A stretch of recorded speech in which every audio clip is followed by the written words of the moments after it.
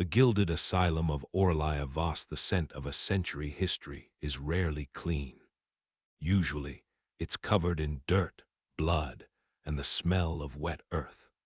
But in the spring of 1923, on a jagged cliffside overlooking the English Channel, history smelled like something else entirely.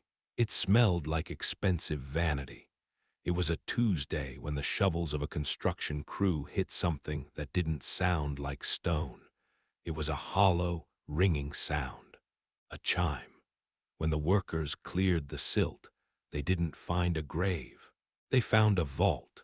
It was a room made of lead and brick, buried 20 feet below the foundation of what had once been Voss Manor. Inside, there were no gold coins. There were no jewels. There were only glass vials, thousands of them. Some were broken, their contents long evaporated into the soil, but others were sealed with heavy wax. One worker, a man named Bramwell Thorne, picked up a vial. It was small, no larger than a thumb. He broke the seal. According to the police report filed 3 hours later, Bramwell Thorne didn't scream. He didn't run. He sat down in the mud and began to weep. He wept for 40 minutes, unable to explain why. He said it felt like every happy memory he had ever had, his mother's voice, his first kiss, the smell of his daughter's hair, had been distilled into a single drop of liquid. But as the sun began to set, the scent changed. The sweetness turned metallic. It started to smell like copper. It started to smell like fear. By the time the authorities arrived, Bramwell Thorne had been taken to the local infirmary. He never spoke another word for the rest of his life. This is the story of the woman who owned that vault. Her name was Aurelia Voss, and she wasn't just a perfumer. She was an architect of the human soul. She discovered that you could harvest emotion, and in the process, she turned a small island off the coast of England into a factory of ghosts. Chapter 1. The Widow's Shadow. To understand the horror of 1884, we have to go back to the fire of 1879. Aurelia was 24 years old when her husband, Cyprian Voss, died. Cyprian was a man of cold tea and hard ledgers. He was the king of spices, a man who had built an empire on the back of the East India Company. He was also a man who didn't believe in beauty. He believed in utility. The official report said Cyprian died in his study when a lamp overturned. They said the oil soaked into the rugs, and he was consumed before he could reach the door. But Aurelia was found standing in the garden, perfectly calm. She wasn't crying. She was inhaling. She was watching the black smoke rise into the night sky, and she was breathing it in as if it were the finest silk. After the funeral, Aurelia didn't sell the business. She closed it. She fired the clerks. She sold the warehouses. She took her husband's millions and she moved to the Isle of Wight. She bought a manor that sat on a cliff so steep it felt like the house was trying to jump into the sea. She called it the Sanctuary of Solace. She told the local newspapers that she was opening a sanctuary for the fallen women of London, the girls who had been chewed up by the Industrial Revolution, the girls who had no names. She promised them a life of dignity. She promised them a place where they could be refined. But the people of the island noticed something strange. The girls would arrive on the midnight ferry. They would be pale, thin, and terrified. Aurelia would meet them at the docks in her black carriage. She would wrap them in heavy wool blankets and whisk them away to the manor. And then they were never seen again. Not at the market, not at the church, not even in the garden. The only thing that ever left the manor was the scent. On nights when the wind blew from the north, the entire village of Ventnor would be filled with the smell of jasmine and sandalwood. But it was too strong. It was heavy. It felt like it was sticking to your skin. The locals started calling it the widow's breath. Chapter 2. The selection of the invisible. In the autumn of 1881, a girl named Lyra Belrose was standing on a street corner in Whitecapel. She was 19. She was a violinist, or at least she had been, before her father sold her instrument for a bottle of gin. She had a gift. She could hear a song once and play it back perfectly. She could also smell rain 2 hours before it arrived. Her senses were too sharp for the world she lived in. Aurelia Voss found her there. Aurelia stepped out of the fog, smelling of expensive soap and old money. She didn't look like a predator. She looked like a savior. She told Lyra that she had a place where the music never stopped. She told her that her sensitivity was a gift, not a curse. Lyra Belrose was the 17th girl to enter the Sanctuary of Solace that year. She was also the first one to keep a diary. Day 1, Lyra wrote. The bed is made of goose down. The windows look out over the ocean. Mrs. Voss gave me a bowl of broth that tasted like sunlight. She says we are here to be purified. She says that the world is too loud and that we must learn to be silent so that our souls can bloom. For the first month, the girls were fed like queens. They were given baths in rose water. They were told to meditate. They were told to think of their happiest memories. They were told to concentrate on the feeling of being loved. But then, the treatments began. Mrs. Voss would call them into the chapel one by one. Lyra remembers the first time she was called. She expected a sermon. Instead, she found a laboratory. The pews had been removed. In their place were rows of copper stills and glass coils. The air was thick with the sound of bubbling liquid. Mrs. Voss told Lyra to sit in a velvet chair. She placed a silver helmet over Lyra's head. It was cool to the touch. It had tubes that ran down into a collection jar.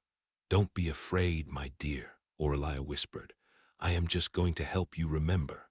Then Aurelia began to talk. She didn't talk about heaven. She talked about Lyra's father. She talked about the night he broke her violin. She described the sound of the wood cracking. She described the cold of the London streets.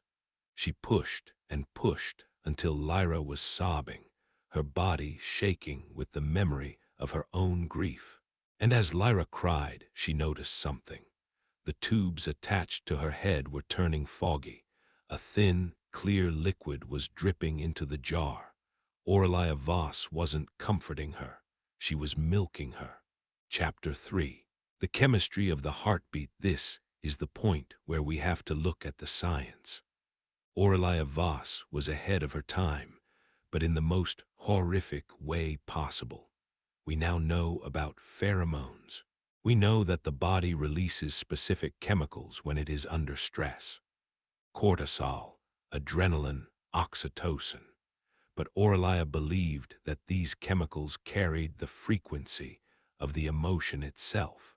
She believed that if you could capture the sweat, the tears, and the breath of a person in a state of pure emotional peak, you could create a tincture that would force the person who smelled it to feel that same emotion.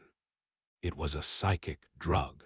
She discovered that positive emotions, joy, love, peace, were light.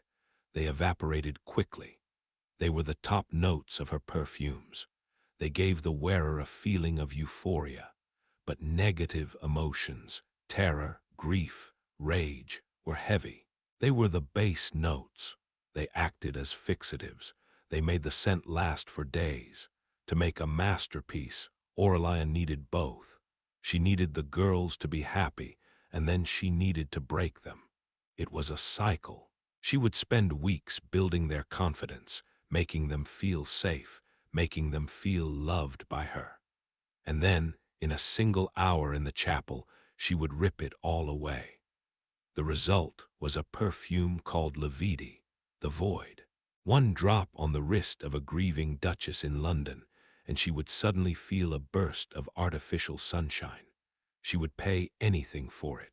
She would pay thousands of pounds for a single vial of Lyra's joy. But for Lyra, the cost was different. Every time she was harvested, she felt a little bit emptier. It was as if the liquid in the jar was actually her soul. She started to forget the songs she had written. She started to forget the face of her mother. She was becoming a hollow. Chapter 4. The doctor's intrusion in 1883, the cycle was interrupted. Dr. Silas Vane arrived on the island. He was a man of medicine, but he was also a man of secrets. He had been pushed out of London's medical circles for his unorthodox views on the connection between the mind and the body. Aurelia hired him because she needed someone to keep the girls alive. The extraction process was taking a physical toll. Their hearts were beginning to fail. Their skin was turning the color of parchment. Silas arrived at Voss Manor on a rainy November evening. He was met by Aurelia in the foyer. She was wearing a dress of deep violet, and she smelled of something he couldn't identify. It made his head spin. It made him want to kneel at her feet. "Welcome, doctor," she said. "I hope you don't mind the silence. My girls are very shy." Silas was given a room on the 3rd floor. For the first week, he saw nothing, but he heard things. He heard the sound of glass clinking at 3 in the morning. He heard the muffled sound of a violin playing the same 4 notes over and over again, a sad, broken loop. On the 8th day, he met Lyra. She had been sent to his office because she had fainted in the laundry room. When Silas took her pulse, he was horrified. Her heart wasn't beating like a normal heart. It was fluttering. It sounded like a trapped bird. He looked at her arms. They were covered in small, circular scars where the suction cups of the extraction machine had been placed. "What are they doing to you?" he whispered. Lyra looked at him. Her eyes were wide, but they were vacant. She leaned in close. Her breath smelled like lilies. "She's taking the colors," Lyra whispered. "Everything is turning gray. Please tell her to give me back the music." Chapter 5. The Ledgers of the Lost. This is the part of the story that exists in the ink. When the investigators finally entered the charred remains of Voss Manor, they didn't just find bones. They found the ledgers. 3 massive volumes bound in human-tanned leather, hidden in a waterproof safe beneath the distillery floor. These weren't account books for spices or tea. They were the botanical records of human suffering. Aurelia didn't categorize her products by scent. She categorized them by the girl they were stolen from. Each girl was a vintage. Let's look at the entry for Lot 22, a girl named Thalia. Thalia was a baker's daughter from Surrey who had been brought to the manor under the pretense of being a kitchen maid. Aurelia noted that Thalia had a resilient spirit, which made her difficult to break, but produced a top note of pure, unadulterated hope. Thalia was subjected to what Aurelia called the false dawn procedure. For 3 weeks she was kept in total darkness. Then, for 1 hour every morning, she was brought into a room filled with fresh flowers, sunlight, and the sound of a distant piano. In that hour of relief, her body produced a specific chemical signature of intense gratitude. Aurelia harvested this. The resulting perfume, labeled L'Espoir, was sold to the Tsarina of Russia to cure her melancholy. But the ledgers reveal the dark math of the process. To produce 1 ounce of L'Espoir, Thalia had to be kept in darkness for a total of 400 hours. By the end of the year, Thalia's eyes had become so sensitive to light that she could no longer stand the sun. She spent the rest of her days in the manor's cellar, a human battery that had been drained of its light. Then there was Lot 9, a woman named Hester. Hester was older, a widow herself, who had lost her children to the fever. Aurelia didn't want hope from Hester. She wanted the heavy bass. She wanted the kind of grief that sticks to the back of the throat like wood smoke. Aurelia's notes for Hester are chillingly clinical. She would read Hester's own letters from her dead husband back to her, but she would change the endings. She would whisper lies into Hester's ear while she was under the influence of belladonna, telling her that her children hadn't died of fever, but had been taken because she didn't love them enough. The ledger notes, the subject's yield is exceptional. The salt content in the ocular secretions acts as a natural preservative for the essence. We have achieved a scent that lingers on silk for 30 days. We shall call it regret. Chapter 6. The vain investigation. Dr. Silas Vane was not a hero, not at first. He was a man obsessed with the mechanics of the human body, and for the first few months he found Aurelia's work fascinating. He helped her refine the atmospheric condensation units. He suggested using cold-pressed silver plates to catch the skin's oils more efficiently. But everything changed when he saw the shipping manifest.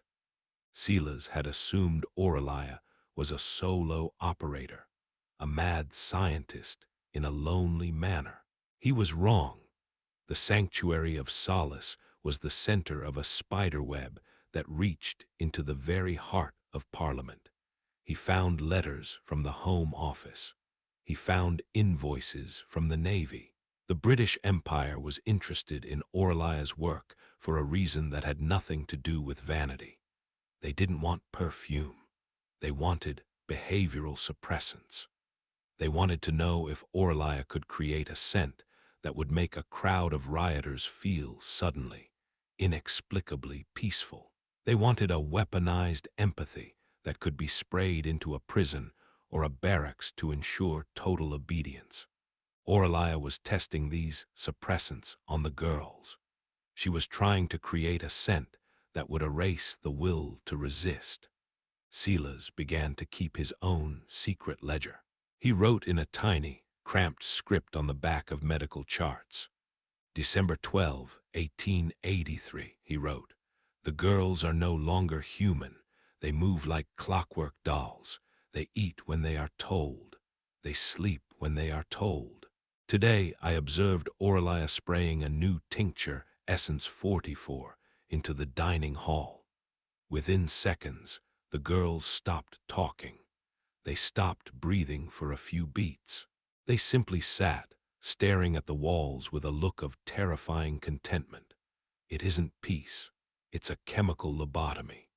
Silas knew he had to act when he found Lyra Belrose in the extraction chair for the 10th time in a single month. Lyra, the violinist, was fading. She had forgotten how to hold a bow. She had forgotten her own name. She only answered to 17. Chapter 7. The breach in the glass. The end began with a mistake. Aurelia was a perfectionist, but she was also becoming addicted to her own products. She began to wear a blend of triumph and authority every day. It made her feel invincible. It made her careless. One evening, she left the chapel keys on the dining room table. Silas grabbed them. He didn't go to the police. He knew the police were on the payroll. He went to the basement. He went to the place the girls called the Garden of Glass. It was a long, narrow hall lined with floor-to-ceiling glass cabinets. Inside each cabinet was a girl. They weren't locked in. They didn't need to be. They were all under the influence of Essence 44. They stood there, draped in white linen, their skin glowing with an eerie, translucent sheen. Silas found Lyra at the end of the hall. She was hooked up to a machine that looked like a silver harp. The strings of the harp were actually fine wires that led into the pores of her skin. "Lyra," he whispered, "Lyra, look at me." She didn't move. Her eyes were open, but the pupils were fixed. Silas realized that Aurelia wasn't just taking their emotions. She was replacing them with a static state. She was turning them into living statues to keep the chemical yield consistent. If they moved, the scent changed. If they felt something new, the recipe was ruined. He took a scalpel from his pocket and began to cut the wires. As each wire snapped, Lyra's body jerked. It was like a puppet having its strings cut. When the final wire was severed, she collapsed into his arms. She was as light as a bird.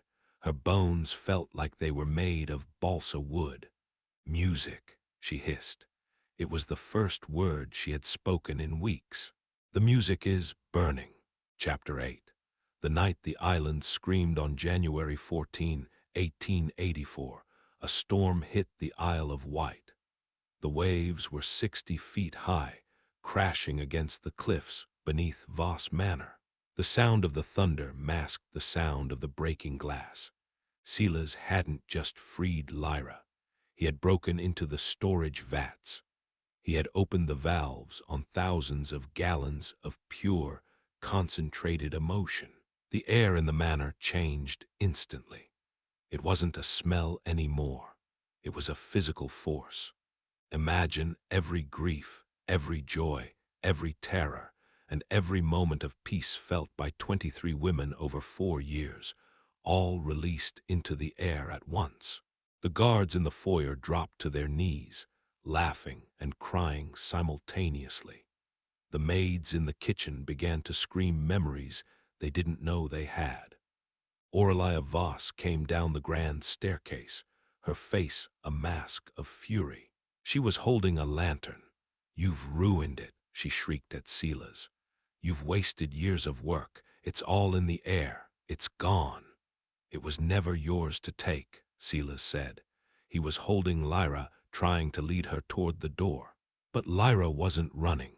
She was walking toward the distillation coils. She was looking at the copper vats that held the essence of her friends. She grabbed a heavy brass candlestick and smashed the main pressure gauge. The alcohol-based perfume vapor ignited instantly when it hit the flame of Aurelia's lantern. The explosion didn't sound like a bomb. It sounded like a choir. A high, piercing note that shattered every window in the manor.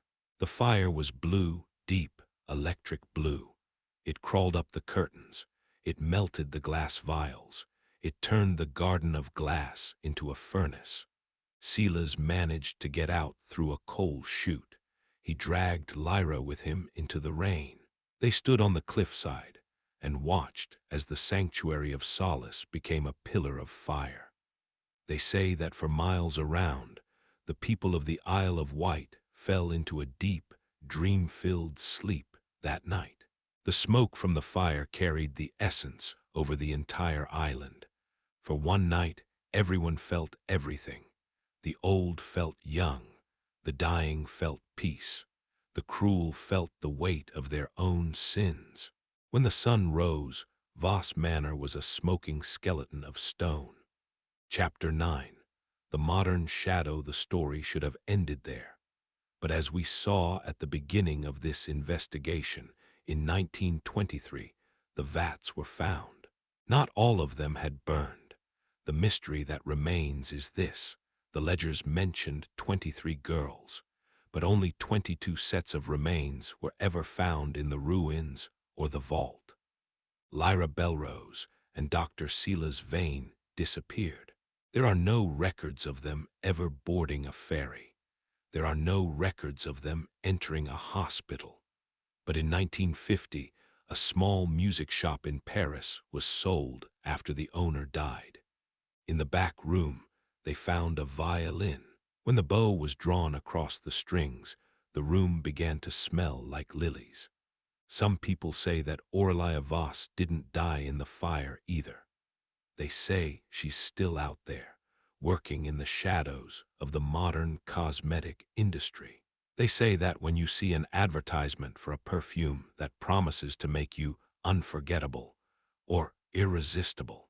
You should look closely at the fine print, because the most expensive ingredient in the world is still the same as it was in 1884. Chapter 10. The inventory of the broken. To reach the heart of this story, we have to stop looking at the girls as a group. We have to look at them one by one. We have to open the third ledger, the one Aurelia titled The Garden of the Distilled. This wasn't an account book. It was a diary of biological theft. It contained the minute-by-minute records of the girls who didn't survive the first year. Let's look at Lot 04. Her name was Eloin Cole. Before she came to the manor, Eloin worked 12-hour shifts in a matchstick factory. Years of breathing in white phosphorus had made her lungs thin and fragile. But Aurelia didn't want Eloin's breath. She wanted her endurance. Eloin was subjected to what the ledger calls starlight isolation. For 3 months, she was kept in a room with no lamps. She was only allowed to see the moon through a narrow slit in the stone wall. Aurelia's notes are clinical. She wrote, Subject 04 shows a unique reaction to silence. Her skin produces a high concentration of oil during the 3rd hour of sensory deprivation. The aroma is like crushed violets mixed with iron. We have labeled this essence the orphan's sleep. Eloin lasted 4 extractions. By the 5th, her nervous system simply gave up. She didn't die, not exactly. She became what Aurelia called a stilled girl. She was physically there, but her mind was gone. She was kept in the chapel wardrobe, dressed in lace, used as a living air freshener to keep the room smelling like innocent slumber. Then there was Lot 11, Saffron. Saffron was an immigrant from the south of Italy. She had come to London with a voice meant for the opera, but she found herself in the manor instead. Aurelia noted that Saffron had passionate blood. Her extractions were the most violent. Aurelia would play recordings of screaming children or simulate the sound of a ship sinking to trigger Saffron's protective instincts. The ledger for Saffron is stained with a dark, rusted color. Testing suggests it isn't wine. It's aged, adrenaline-saturated plasma. The yield from Saffron is too volatile for the public, Aurelia wrote. It causes the wearer to feel flashes of uncontrollable rage. We shall sell it exclusively to the private guards of the Habsburgs. It is the scent of a mother turned into a wolf. Aurelia was mapping the human heart like a dark continent. She wasn't just taking their memories. She was taking their biology. And as we go deeper into the ledger, the names get younger and the descriptions get shorter. By the end of the book, they aren't even names anymore. They are just numbers. They are just ingredients waiting to be bottled. Chapter 11. The Global Market of Ghosts. By 1883, the manor was no longer just a laboratory. It was a global shipping hub. But how does one ship human souls across borders without the customs officers noticing? The answer lay in the spice front. Aurelia used the old Voss family trade routes. She would pack the essence vials inside larger crates of black pepper, cinnamon, and cumin. The heavy scent of the spices masked the ethereal vibration of the perfumes. We have tracked these shipments to 4 specific locations: a private villa in St. Petersburg, a monastery in the Italian Alps, a government building in Washington, D.C., and a hidden cellar in the Forbidden City. The monastery in the Alps is perhaps the most disturbing. We have found letters from a Father Julian who thanked Aurelia for the latest shipment of the martyr's peace. He claimed that by spraying the chapel with this essence, the monks were able to fast for 40 days without feeling hunger or doubt. They weren't worshiping God. They were inhaling the chemically induced stoicism of a girl from the London docks who had been starved to death to produce it. This is the globalization of agony. The luxury of the few was literally built on the refined secretions of the many, and the cost was rising. As the demand for purity increased, Aurelia had to find younger subjects. The ledgers began to show prepubescent categories. The horror was scaling. Chapter 12. The internal sabotage. While Aurelia was expanding her empire, Dr. Sila's vein was beginning his counter-alchemy. He realized he couldn't just kill Aurelia.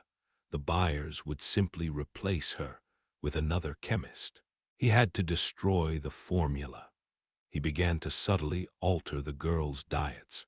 He introduced trace amounts of sulfur and garlic into their meals, not enough to be tasted, but enough to taint the chemical output of their skin. Aurelia began to notice a sourness in the latest batches of euphoria. She blamed the equipment. She blamed the weather. She began to beat the girls, thinking their disobedience was affecting the quality of the scent. Silas recorded this in his hidden charts. She thinks she can whip the soul into compliance. She doesn't realize that the heart is a delicate chemist. If you add hate to the recipe, the perfume turns to poison. Today, a vial of adoration exploded in her hand. The scent was so foul she fainted. The girls are fighting back with their own biology. This was the biological revolution. The women were literally making their own bodies toxic to their oppressor. Chapter 13. The final hours of Voss House. The night of the fire was not an accident. It was a coordinated chemical meltdown. Silas had spent weeks secretly plumbing the Manor's gas lines into the distillation vats. He had created a circulatory system of fire. When Lyra smashed the pressure gauge, she wasn't just breaking a machine. She was triggering a feedback loop. The concentrated essences, which were highly flammable due to their alcohol base, began to pump back into the gas lamps. As the blue fire took hold, the Manor didn't just burn, it exhaled. Witnesses from the mainland reported seeing a rainbow-colored smoke that hung over the island for 3 days. The birds in the trees didn't fly away. They fell into a trance and sang until their hearts burst. The fish in the bay rose to the surface, lured by the scent of false spring. Aurelia's final moments are recorded in Silas's last diary entry, found in a leather satchel washed up on the coast of France. She didn't run from the flames, Silas wrote. She ran toward the vats. She tried to scoop the spilled liquid back into the bottles with her bare hands. She was screaming that she was the only one who could hear the music. She was consumed by the very joy she had stolen from Lyra. She died laughing in a room filled with blue fire. Chapter 14. The legacy of the bottle. We are now in the year 2026. The world has forgotten Voss Manor, but the chemistry hasn't forgotten us. Modern synthetic perfumery is based on the base molecule structures Aurelia Voss first identified. In 2024, a team of researchers in Switzerland claimed to have synthesized a scent that can increase consumer trust by 30%. They call it a commercial ambient. If you look at the molecular map of that scent, it is an identical match to the Lot 4 profile Eloin Cole's Orphan Sleep. The industry calls it innovation. We call it the Voss continuation. The story concludes not with an ending, but with an invitation to look closer. The next time you walk through a department store and feel a sudden, inexplicable surge of emotion, a memory of a home you never had, or a love you never met, don't trust it. It might not be your emotion. It might be a seedling from a garden that was supposed to have burned 150 years ago. The sanctuary of solace is gone, but the breath of the innocents is still for sale.